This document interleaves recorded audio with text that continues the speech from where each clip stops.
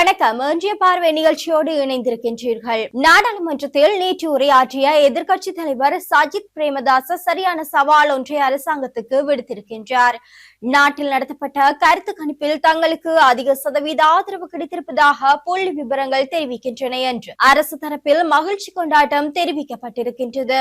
அது உண்மையானால் அதிகளவான மக்கள் செல்வாக்கை தாங்கள் பெற்றுள்ளோம் என்று அரசாங்கம் கருதுமானால் மாகாண சபை தேர்தலை உடன் நடத்துமாறு எதிர்க்கட்சி தலைவர் சஜித் பிரேமதாச அரசுக்கு சவால் விடுத்திருக்கின்றார். அரசாங்கத்திற்கு 65% மக்களின் ஆதரவு இருப்பதாக அரசு பீற்றிக் கொள்வது உண்மையானால் மாகாண சபை தேர்தலை ஏன் ஒத்தி வைக்க வேண்டும், அதை தாமதிக்க வேண்டும், அதை விடுத்து அந்த தேர்தலை உடனே நடத்த வேண்டும் என்று அவர் அரசாங்கத்திற்கு சவால் விடுத்திருந்தார். மாகாண சபை தேர்தலை நடத்துவதில் சட்ட சிக்கலில் இருப்பதாக அரசு கதை விடுகின்றது, நாடகம் ஆடுகின்றது.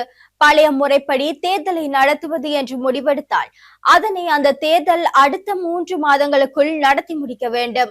அப்படி தேர்தலை நடத்தும் எண்ணத்தோடு தான் பொது தேர்தலுக்கு முன்னரும் ஜனாதிபதி தேர்தலுக்கு முன்னரும் தாங்கள் அதிகாரத்துக்கு வந்தால் அடுத்த 1 வருடத்திற்குள் மாகாண சபை தேர்தலை நடத்துவோம் என்று தேசிய மக்கள் சக்தி அறிவித்திருந்தது. பொது தேர்தலில் கிடைத்த வெற்றியை அடுத்து அதிக உஷாரும் உற்சாகமும் அடைந்த தேசிய மக்கள் சக்தி விழுந்தடித்து உள்ளூராட்சி தேர்தலை நடத்தியது.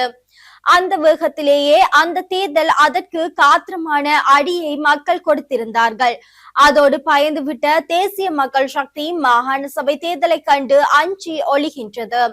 தாங்கள் ஆட்சிக்கு வந்தால் அடுத்த 1 வருடத்தில் மாகாண சபை தேர்தல் என்ற உத்தரவாதத்தை தேசிய மக்கள் சக்தி தமிழ் மக்களுக்கு வழங்கிய போதே மாகாண சபை தேர்தல் சட்டம் தொடர்பில் சிக்கல் இருப்பது அதற்கு தெரிய வந்தது.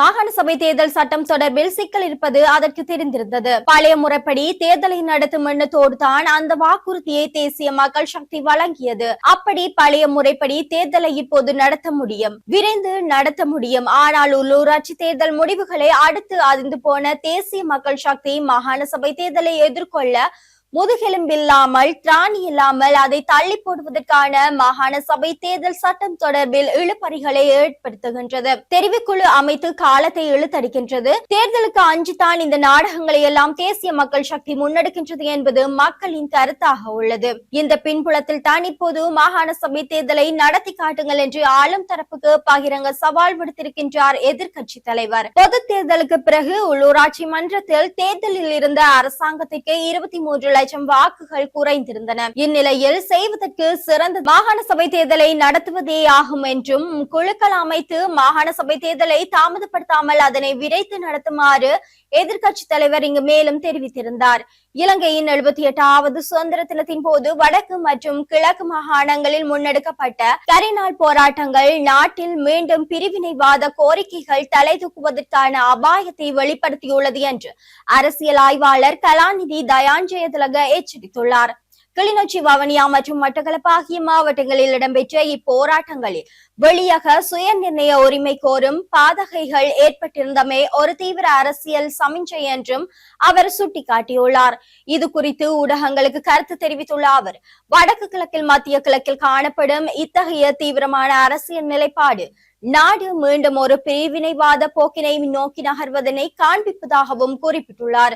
இந்த நிலைமையை கட்டுப்படுத்துவதற்கு நீண்ட காலமாக முடங்கி கிடக்கும் மாகாண சபை தேர்தலை உடனடியாக நடத்துவதே சிறந்த தீர்வாகும் என்றும் அவர் முன்மொழிந்துள்ளார். வடக்கு மற்றும் கிழக்கு மாகாணங்களில் மீண்டும் பிரிவினைவாத கோரிக்கைகளுக்கான அறிகுறிகள் தென்படுகின்றன. இந்த நிலைமையை கட்டுப்படுத்துவதற்காக முடங்கி கிடக்கும் மாகாண சபை தேர்தலை உடனடியாக நடத்துவதற்கு எதிர்க்கட்சிகள் அனைத்தும் ஒன்றிணைந்து அரசுக்கு அழுத்தம் கொடுக்க வேண்டும் என்றும் அவர் மேலும் வலியுறுத்தியுள்ளார். ஜனநாயக ரீதியாக அதிகார பகிர்வு மற்றும் மக்கள் பிரதிநிதித்துவத்தை உறுதிப்படுத்துவதன் மூலமே இத்தகைய தீவிரமான கோரிக்கைகளை தணிக்க முடியும் என்று இதற்காக அனைத்து அரசியல் கட்சிகளும் கட்சி பேதமின்றி ஓரணியில் திரள வேண்டும் என்றும் கலாநிதி தயான் ஜெயதிலக கோரிக்கை விடுத்துள்ளார்.